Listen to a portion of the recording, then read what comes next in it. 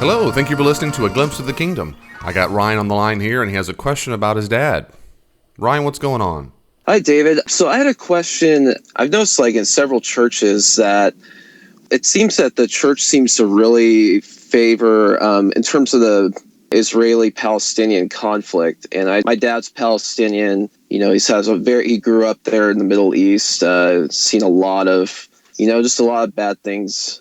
I've always been a little hesitant. I mean, he's definitely not a believer, and I've been kind of hesitant to take him to church just because a couple of churches that I've been to seem, I'm not sure if this is related to dispensationalism or what, but they just seem to really favor, hey, we're glad. I mean, this is Israel's land, and this is, I even had one guy say to me, it's, what's going on there is biblical, it's in the Bible, and it just didn't sit well with me. It just seemed to be like a misinterpretation of what was misinterpretation of the Bible. But I don't know. I mean, I haven't really delved a ton into it, but I just know it didn't sit well with me. So I just was kind of interested, kind of what your thoughts are on that. That's a good question. I'm very sorry to hear that your dad's going through that. I really hope that people haven't been unchristian to him. One thing I noticed... Yeah, they haven't. I just try to be, hopefully a good Christian influence around them, but, and others, I know my mom's a believer, but I think he just grew up with a lot of, just so much violence and and there's, three major religions kind of being represented over there, but I don't know, I think maybe kind of became disillusioned with it, or just frustrated by it. I mean, right.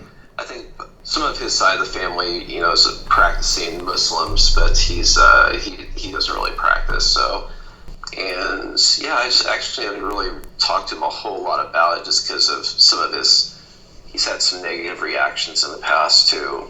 I think I had a Josh McDowell book I was borrowing from a friend.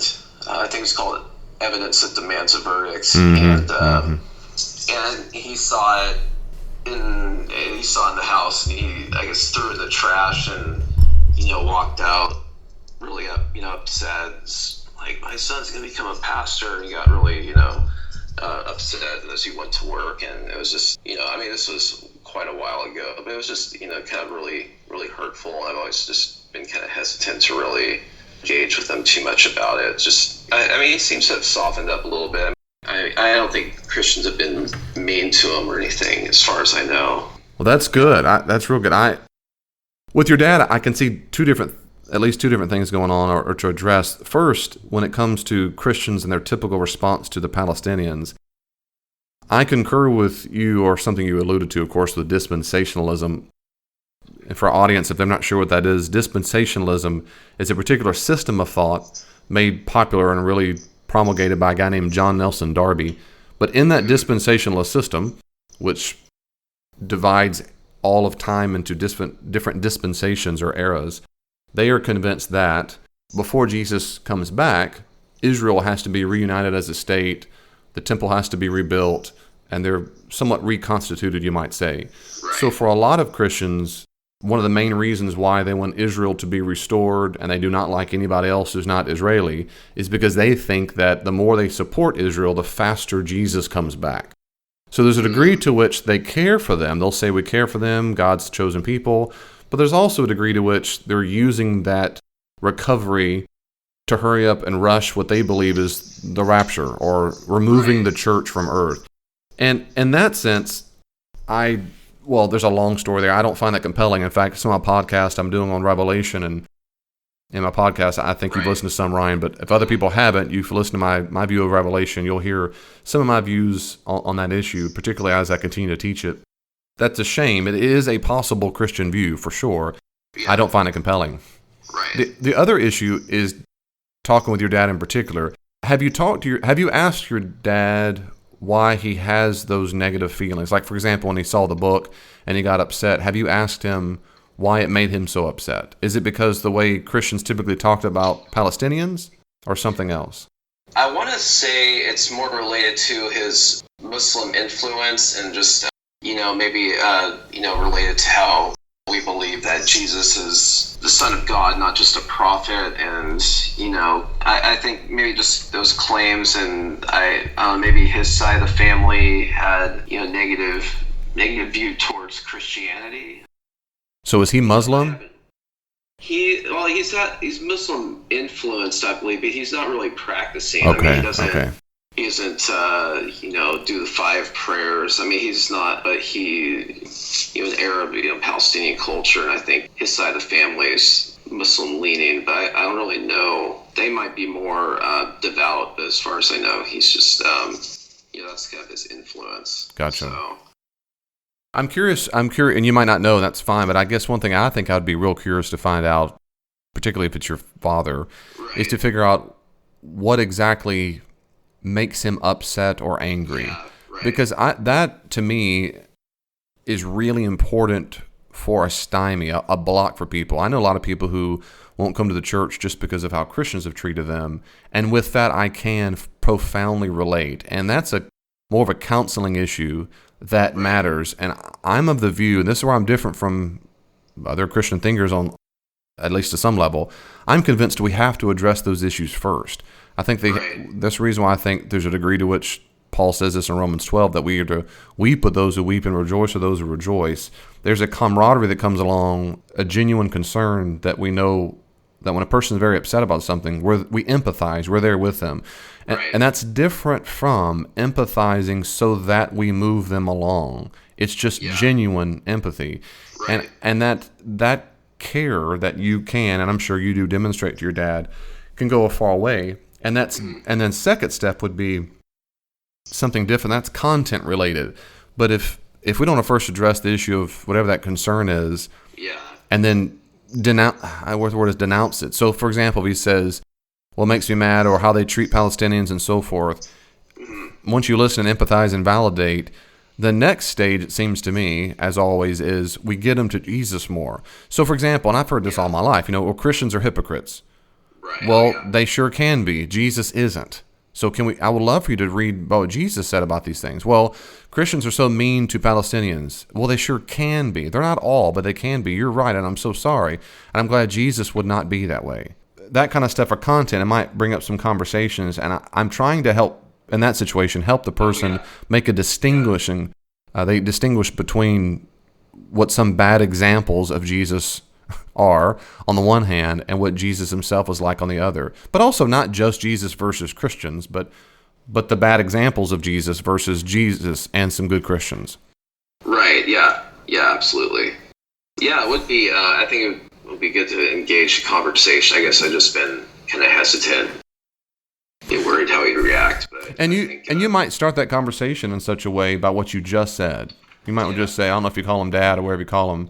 I think with your dad, if there were a nondescript time, I don't know if y'all are going to dinner or if there's something it's not emotionally heightened. I wouldn't do it during a CNN news of Palestine or Palestinians and everything. But if there was a non-heightened time to say, Dad, I love you, and I would love to hear what you think, what your religious views are. But Dad, in the past, I haven't brought it up because I guess I was kind of scared of what your views are, and I care what you think, but I love you, and I don't want, I didn't want to have a contentious conversation, but I am curious, and I would love for us to have the kind of relationship where you and I both feel safe enough to discuss this. And I know we might not see that eye to eye. And Dad, I want you to know that if we don't agree on this, it doesn't affect our relationship. I still love you. I'm still your son if we don't see eye to eye. But I would love to be able to have conversations about this in a way that you don't feel like, and I don't feel that we're going to jump on each other or we have to, it doesn't have to be contentious. We can talk about it. And Dad, what do you think about that? Dad, are you open to talking about your religious views? Are you even open to that possibility? Yeah. And that way you can start, you're starting out vulnerable. You're starting out how you feel. You're not blaming. You're just saying, here's what I want and here's how I feel. Now, what do you feel and what do you want? Right. Yeah. And if he says yes, then you take the next step. Well, I'm curious then. For Dad, for example, one time, a long time ago or last week, whatever it was, I remember I had this book one time with Josh McDowell, Evidence That Demands a Verdict, and you seem mad because you threw it across the room and punched a dog or whatever it is. And that really stands out in my mind of you being upset, and I'm just curious. I never figured out why you were so upset. I want to hear more. Could you tell me more about that? What made you so upset about that? I'm really curious. And then you, of course, you genuinely listen. Yeah, for sure. No, that's a great way to approach it. Really appreciate that. Good. Well, let's hear back. Do a report back. Let me know how it goes. Yeah, absolutely. And just to encourage our listeners, you don't have to, every single conversation, get them to the cross. If the Spirit moves, that's wonderful. But I'm just convinced, based on experience, based on, I think, in my reading of the New Testament, that not always, please hear me, not always, but much of the time, when we demonstrate that we genuinely care, we're not just using them to sell a product, but we genuinely care, it'll start a conversation that might take a lifetime to get to, but that's what will count. And I'll give you many examples. And right off the top of my head, your situation reminds me a little bit, not the same, but Gregory Boyd, he's a pastor, but he got his PhD at Princeton. He wrote a book called Letters from a Skeptical Father or something like that. Mm-hmm. It's a thin book, but it's a good read, and it's a genuine correspondence between he and his very skeptical / atheistic dad. And over years, they corresponded via snail mail, and then the dad became a Christian. Now, I don't think that happens every single time, but in his instance, it was really cool to see the long transformation. And the dad finally, he basically kind of saying the point, he had all of his questions answered. It made a lot of sense to him. But of course, his relationship with his son was wonderful, and it was strengthened, and they were able to talk about stuff. But they told the truth. Like you can read in the letters, the dad will say, "That just sounds stupid to me," or "That sounds." Right. His son demonstrated that he was safe for his father's heated emotions, and I know for a fact that helped him psychologically. And so, there's hope. Yeah, for sure. Well, thank you so much for your question. God bless you, and best wishes to you and your dad, and let me know how that goes. I'd love to hear, just step at a time, but I'll pray for you and your dad. I really will. Yeah, thanks a lot, David. I really appreciate that. Absolutely. God bless you. See you next time. Yeah, you too.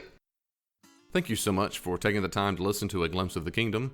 I hope you enjoyed the podcast. If you want more, go to davidpendergrass.com, davidpendergrass.com.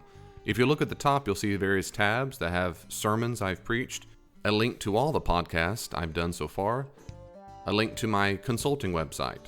For more information about my consulting, see davidpendergrassconsulting.com. Also, you'll see information about the books I've written that are found on amazon.com. So davidpendergrass.com, one-stop shop, all that you need. If you want to reach out to me, follow me on Twitter, at Dr. D. Pendergrass, at Dr. D. Pendergrass, and send me a message. I'll see you online.